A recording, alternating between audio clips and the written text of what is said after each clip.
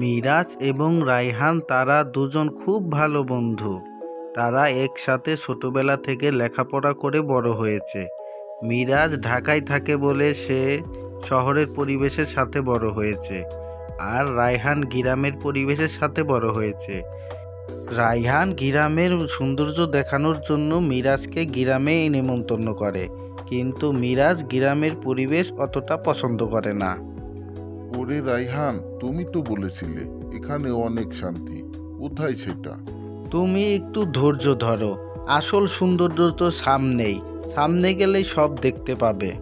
মিরাজকে রায়হান একটি নদীর ধারে নিয়ে গেল এবং বলতে লাগলো, কি বলো, বিরক্তকর? তোমাকে যদি প্রাকৃতিক সৌন্দর্য ভালোভাবে দেখাতে পারি, তোমার জীবনটাই বদলে যাবে। এই তো প্রাকৃতিক স্বর্গ। তুমি নদীর পাশে কিছুক্ষণ বসে সময় কাটাও, দেখবে তোমার আপনা আপনি অনেক ভালো লাগছে। হ্যাঁ, নদীর পানি অনেক ভালো লাগছে, তবে শহরের বায়ু দূষণের তুলনায় অনেক কম।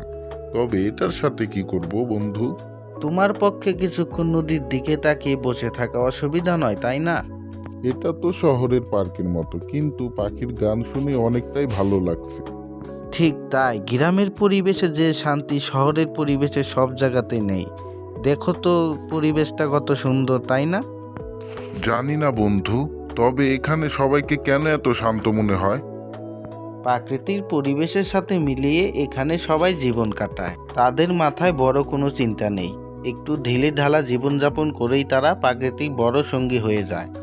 তুমি ঠিকই বলেছ, একেবারে আমার শহরের চাপ থেকে অনেক মুক্তি মিলেছে। আজকে প্রথমবার আমি বুঝতে পেরেছি প্রকৃতি কেন এত সুন্দর।